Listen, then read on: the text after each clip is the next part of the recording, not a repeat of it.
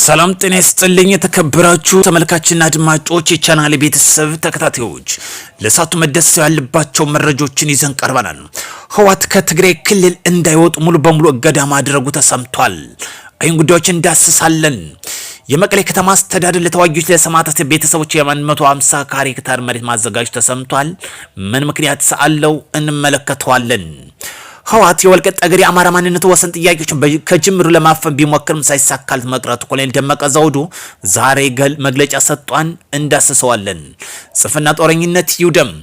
አሁንም ለሰላም ለንግግር በራችን ክፍት ነው። ለመወያየትና ለሰላም ማምጣት ነው የምንፈልገው።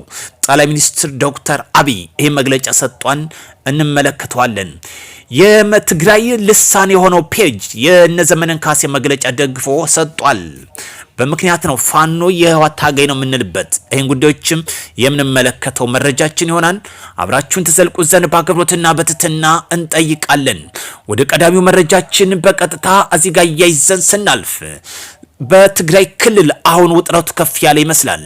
ህወሓት ከትግራይ ክልል ሰው እንዳይወጣ አልማጣ ላይ እገዳ አድርጓል። ከትግራይ የተለያዩ ክፍሎች ወደ አዲስ አበባ ለመጓዝ አላማጣ የደረሱ አውቶቡሶችን ተሳፋሪዎችን አውርደው በባዶ አላማጣ ለቀው እንዲወጡ አድርጓል። በዚህም በየትኛውም አቅጣጫ ከትግራይ ክልል ወጣው እንዳይሄዱ እገዳ ማድረጉ ነው የተሰማው። ህወሓት እንግዲህ ወደ ለየለት እብደት እየተንቀሳቀሰ ይገኛል።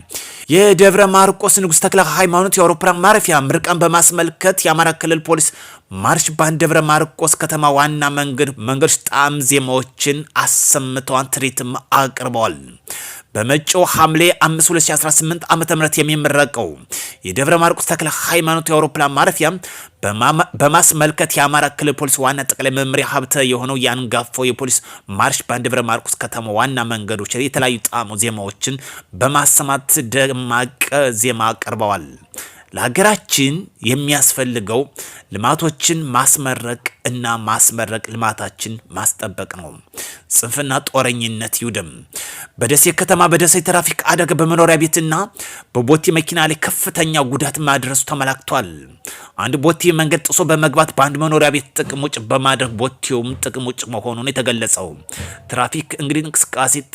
የትራፊክ እንቅስቃሴ እንግዲህ ጥንቃቄ እንድታደርጉ ያስፈልጋል። የመቀሌ ከተማ አስተዳደር ለተዋጊ ሰማዕታት ቤተሰቦች 150 ሄክታር መሬት ማዘጋጀቱ አስታውቋል። የከተማ አስተዳደር ቀድሞ ተዋጊዎችን ለሰማዕታት ቤተሰቦች የሚሆን ሰፊ የመሬት አቅርቦትን በማዘጋጀቱ ባስታወቀበት በአሁኑ ወቅት የትግራይ እናቶች ጦርነት አንፈልግም በማለት በመላው ኢትዮጵያ ሕዝብ ላይ የድርሱ ጥሪ እያሰሙ ይገኛሉ። ህወሓት የማታለያ 150 ካሬ አዘጋጅቻለሁ እወቁልኝ እያለ ይገኛል። ህወሓት የወልቃይት ጠገዴን የአማራ ማንነት ወሰን ጥያቄዎችን ከጅምሩ ለማፈን ቢሞክርም ለዘመናት በተደረገ የህዝብ ትግል በማሸነፍ እንደተቻለ ኮሎኔል ደመቀ ዘውዱ ተናግረዋል። ህወሓት የወልቃይት ጠገዴን ህዝብ የማንነት ወሰን ጥያቄዎች በማፈን በርካታ ዘመናት በጉልበት ሲያስተዳድሯቸው ቆይተዋል። ይህን ግፍ አገዛዝ ታግሎ ነጻነት በመቀናጀት ከተደረገው ትግሎች መካከል ሐምሌ 5 2008 ዓመተም ሁሌም ሲታወስ ይኖራል። ዛሬም ዳግም ወረራ ለማድረግ የሚያደርገውን እንቅስቃሴ በተናበበና በተጠና መልኩ ተዘጋጅተን እየጠበቅነው እንገኛለን ሲል ኮሎኔል ደመቀ ዘውዱ እወቁልኝ ብሏል። በአንጻሩ የትግራይ ልሳን የሆነው ፔጅ የነዘመነን ካሴ ሰሞኑን አስመርቂያለሁ ያለውን ደግፎ መግለጫ ሰጥቷል። እነዘመነ ካሴ በግልጽ የሚታገሉት ወልቃይትን አሳልፎ ለመሸጥ የህወሓት ተላላኪ መሆኑን በግልጽ የምናወግዝበት በተግባር የታየ ጉዳይ ስለሆነ ነው። ጽንፍና ጦረኝነት ይውደም። ጠቅላይ ሚኒስትር ዶክተር አብይ በየትኛውም ጊዜ በማንኛውም ቦታ በየትኛውም ሰዓት እኛ ለንግግር ለድርድር ዝግጁ ነን። የምንፈልገው ሰላም ነው፣ አብሮ ማደግ ነው።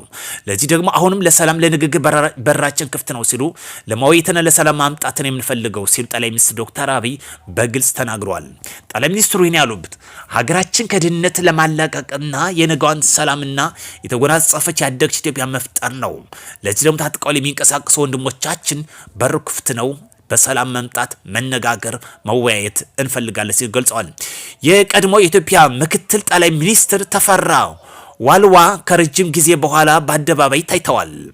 ጠቅላይ ሚኒስትሩ በተለይ መለስ ዜናው ከመምጣታቸው በፊት በጊዜያዊ አስተዳደር ወይም በሽግግር መንግስት በነበረበት ጊዜ ጠቅላይ ሚኒስትር እንደነበሩ ይነገርለታል።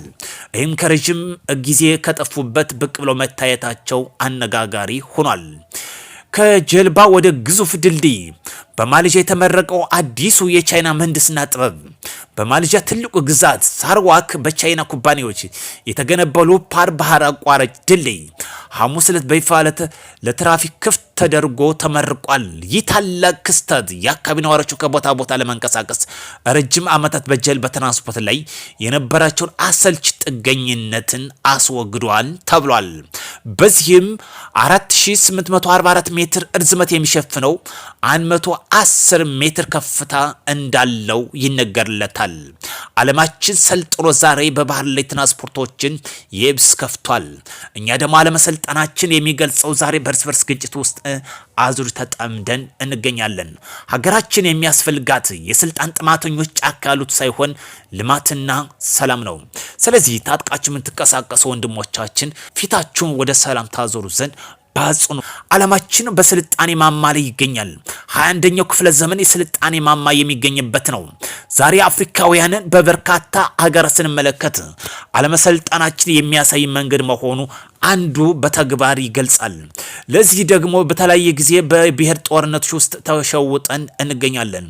አሜሪካ 42 ሀገራት እንግዲህ ይፋ ነጻ ቪዛ አገልግሎት ሰጣለች። ከአፍሪካ አንድም ሀገር ሳትሰጥ መቅረቱ አነጋጋሪ ሆኗል። ወደ 32 የሚሆኑት በአውሮፓ ውስጥ የሚገኙ ሲሆኑ ቀሪዎች ደግሞ በቀሪው ዓለማችን ከአፍሪካ ውጭ ያሉት ሀገራትን ያካትታል። በአፍሪካ ግን አንዱንም ሳያካትት መቅረቱ በግልጽ ያሳየበት ጉዳይ አንድምታውስ ምንድን ነው? ይህ ግልጽ ጉዳይ ነው። አፍሪካ አለመሰልጣናችን በርስ በርስ በስልጣን ጥማተኝነት በርስ በርስ ግጭት ውስጥ አዙር ተጠምደን እንገኛለን። ለዚህ ደግሞ ያለን እምቅ ሀብት አይናችን ገልጠን እንዳናድግ እየጎተተን ይገኛል። ሀገራችን አንዱ ተጨባጭ ሆና ትገኛለች። አፍሪካ ለሰላማችን ዘብ እንቁም፣ ልማታችን እናፋጥን፣ አንገታችን ያስደፋ አንድነታችን እንቅረፍ። ጦርነት ይውደም። መልካም ቀን እንዲሆንላችሁ ተመኘሁኝ።